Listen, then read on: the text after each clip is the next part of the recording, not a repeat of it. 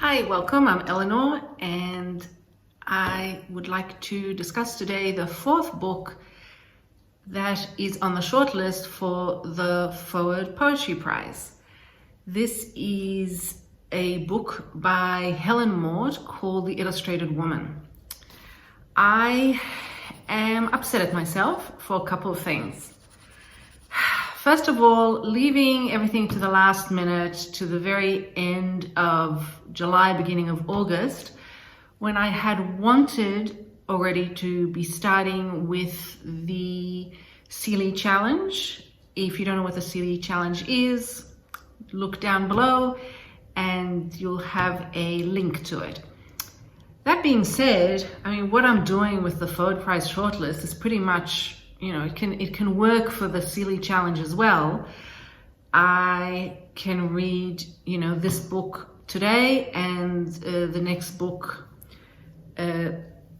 Sonnets for Albert, tomorrow. But there's something else that has frustrated me with following the Forward Prize. I'm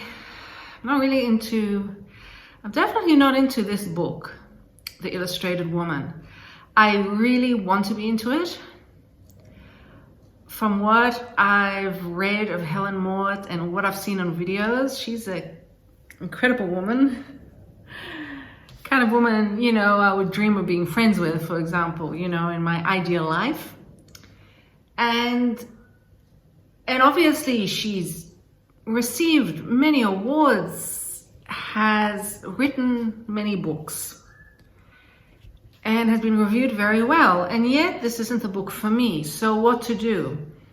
I thought maybe I should just skip talking about it and just continue with some other book.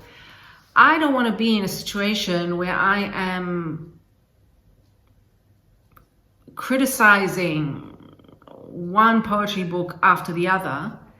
And up until now, I've managed not to do that because I guess I've chosen what I do talk about. There have been books I've read that I just didn't want to talk about.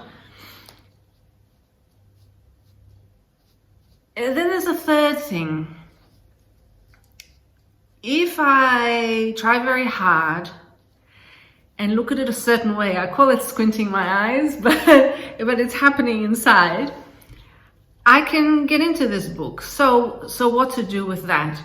All I can do is be absolutely honest. This was a really, really boring book for me. It basically, the way I would describe it is that it does what it says it's doing. If the poem is about pregnancy, it's about pregnancy. If the poem is about misogyny, it's about misogyny. The themes are clear. Each line of the poem is crystal clear. And at the end of each poem, you are able to feel that you've connected with what the poem is about. And that can be a really satisfying feeling for many readers. That is not what satisfies me in poetry, and that's my personal space. There is almost nothing in this book that felt mysterious or weird to me. There were a couple of moments where I felt great excitement with a very different image that was created through words. And I've been thinking a lot about what Helen Mort does with rhyme, which I find very interesting. And generally, I think beyond a shadow of a doubt, anytime now I think of tattoos or see tattoos, on other people, I will remember some of the poems in this book. It's not a didactic book, but I would say that it encourages the reader to have a very accepting and very curious view of why people get tattoos, what they mean, what they don't mean, and the stereotypes that we unfortunately have forged through the decades. And there are several poems, at least in the first third. The book is divided into 3 sections. In the first third, which is called Skin, there are several poems that refer specifically to women in history who have been tattooed, and also to certain personalities who may be combinations of fictional and non-fictional characters. That's where I got really bored. I don't think it's I don't really think it's a new thing to know that there's prejudice against people with certain tattoos, that, you know, there's a certain line of misogyny that is connected to the way men view women with tattoos, which is really abhorrent. Not the tattoos, the men, the men. Nothing new, boring. And the poems, they flow nicely. There's a good meter to them, but they didn't do very much to me. The second third part of the book, called Skinless, interested me a little bit more because Helen Mort brings in the theme of pregnancy and what I felt to be very, very beautiful love poems to her son, Alfie, I believe. Then there's the best poem of this section, which it's really a series of poems under the title Augmentation. I would recommend, if you're going to flip through this book and look for something that is a standout, I think to me it was Augmentation. I'm just checking my notes because, you know, I don't want to miss anything. There's something about this series of poems as they discuss the speaker's breasts in different connotations and different ways. And then the last poem, in which the speaker is running with Alfie and surrounded by ways that she might be accosted on the street verbally by men. I found that to be really effective and really, really interesting.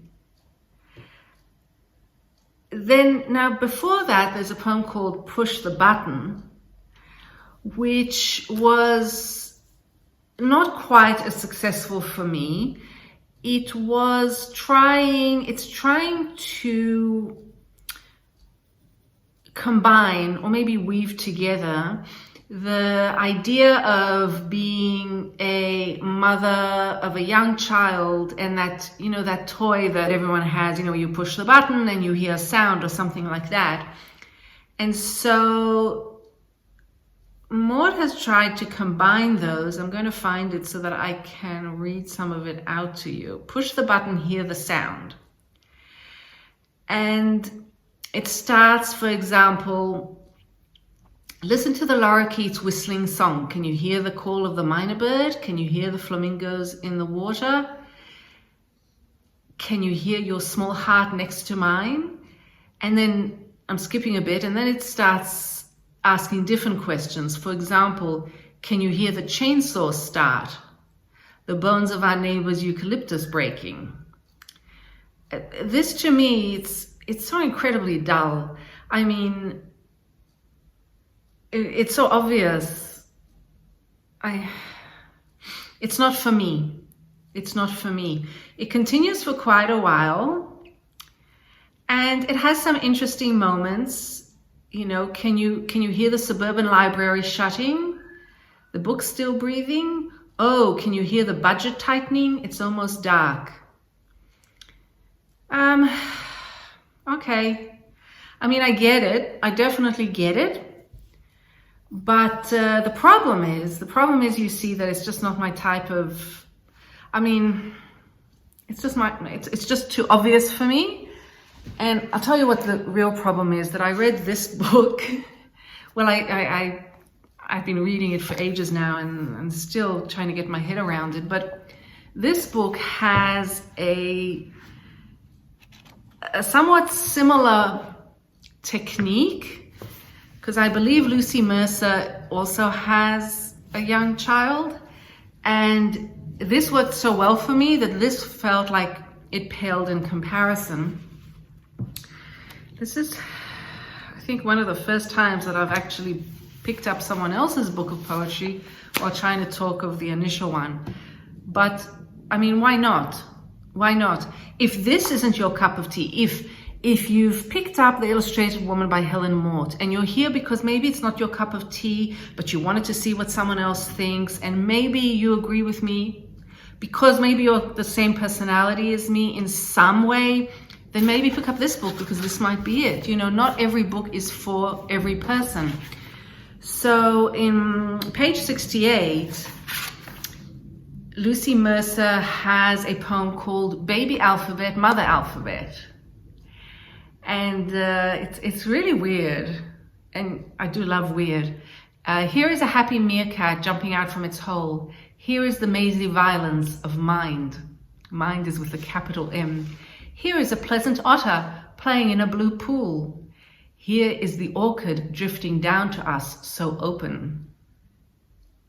Here is a slow triceratops stewing leaves for supper. Here is the tablet of vision, our visor of tiredness.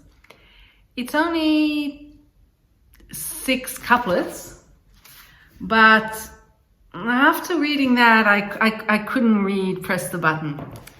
Moving on to the third part of The Illustrated Woman, I had a moment where I realized that yes, while this book of poetry isn't for me, it has shown me something that I really thank Helen Mort for, and that is the interrogation of what it means to have a woman's body and how to illustrate that. So sure, the illustrated woman can refer to the tattoos, but with the third part of the book, I think Helen Mort has gone into the much more interesting territory where I came across poems that made me think more deeply about how I might view my body, not only within society, but also within nature, not only biology, but nature as a whole, but even more so, the idea of how, if you are anyone who enjoys words, whether you're a poetry writer or reader, for example, or any reader or any writer, how do you illustrate something with words? It came to me when I read possibly the only weird poem in the book, which is about a rat. And the rat is running around the speaker's house, and the way she describes the rat is chef's kiss. And so once again, you know, if you only read Augmentation and the poem about the rat, that can be enough to get a lot out of this. You see, now I'm talking myself into liking this book. I'm beginning to like this book. You see, this is what happens, and this is the great thing about me doing YouTube videos. I mean, for myself, I mean, it's a bonus if you like it, but for myself, being in front of the camera has pushed me. It's pushed me to go beyond what I think is my comfort zone, beyond what I think I like. and to really question things that why don't I like it? This poem, Rat, starts like this. At night, a rat redrafts the lower reaches of our house, cursive across high ledges, forcing the bright idea of its body through masonry to trace the lines of copper pipes. There's an idea that the rat, you see, is writing something, just as the poet herself is maybe sitting in the kitchen writing about the rat. And the speaker goes on to say later, I envy his long loping sentences below my floor. Inside our walls, covered his fairy tale fame, even the villainy, even the placed blame, Black Death, etc. I love that. And then the very end, it's a brilliant ending to this poem. When the rat moves past me, I become a figure of speech in his damp world. Which of us is living now? We are finished with words. Mysterious, a little bit weird, fantastic. Definitely, okay, now I'm thinking it's my favorite poem of the book. Better than the whole augmentation sequence, I think. Obviously, there's a lot more in this book. I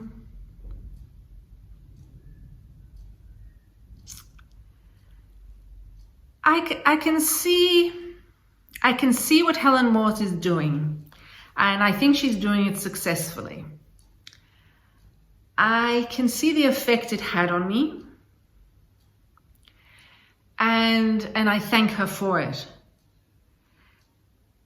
The book as a whole doesn't work for me, but I think it's an important book to be out on the shelves because of the enticing nature of its clarity. At some point, I'll talk about Emblem, Lucy Mercer's book, which was sent to me because I subscribed to the Poetry Book Society, and that was their subscription book for, I guess that would be their summer. I'm in Australia, so it's my winter. This, yeah, I can see that. I mean, not many people are going to pick this up because it's super, super weird. That's my kind of thing. The Illustrated Woman is quite another. In any case, I think I've said enough at the moment. One more book for the Forward Prize, Sonnets for Albert, and then I'll see what books I start reading for the Seeley Challenge. So thank you very much if you've made it this far. I am exploring different ways of reading and discussing books that I don't like and liking it in the process. So I'll see you next time. Until then, remember, the only real property is the property of the mind. Okay, bye.